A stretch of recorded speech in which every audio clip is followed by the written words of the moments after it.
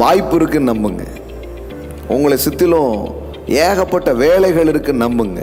உங்களை சுற்றிலும் ஏகப்பட்ட வளங்கள் இருக்குன்னு நம்புங்க. உங்களுக்கு உதவுவதற்காக அநேக நபர்களை தேவன் வைத்திருக்கிறார் அப்படின்னு நம்புங்க. உங்களுக்குள்ளாக அநேக மேன்மையான காரியங்களை தேவன் கொட்டி வைத்திருக்கிறார் அப்படிங்கிறத நம்புங்க. இதெல்லாம் இந்த சேஞ்ச் பண்ணாமல் நீங்கள் வெளியில் போய் ட்ரை பண்ணிகிட்டே இருந்தீங்கன்னா ஒன்றும் பெருசாக நடக்காது. என்னென்னா, மக்கள் நிறைய பேர் நான் பார்த்துருக்கேன், வெளியில் என்னெல்லாமோ போட்டு ஹார்ட் ஒர்க் பண்ணிட்டு தான் இருக்கிறாங்க.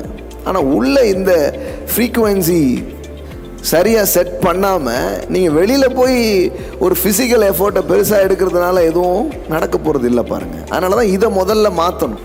கெட்டதாகவே நம்பாதீங்க. ஆமாம், கெட்டதாக நடந்துட்டு இருக்கும் போதும் கூட கெட்டதாக நம்பாதீங்கிறேன் நான் உங்களுக்கு.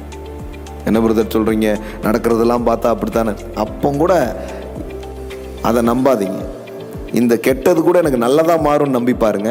அந்த சேஞ்ச் உங்கள் வாழ்க்கையில் வரதை நீங்கள் பார்க்க ஆரம்பிப்பீங்க. எனக்கு மட்டும் ஏன் எல்லாம் எதிராய் நடக்கிறது அப்படின்னு யாக்கோபு நினச்சிட்டு இருந்தான். ஆனால் உண்மை என்னன்னா, அவனுக்கு சாதகமாக கடவுள் எல்லா வேலையும் பார்த்துட்டு இருந்தார். ஆனால் இவன் நினச்சிட்டு இருந்தது என்னன்னா, எனக்கு எல்லாமே எதிராக நடக்குது அப்படின்னு நினச்சிட்டு இருந்தான். சில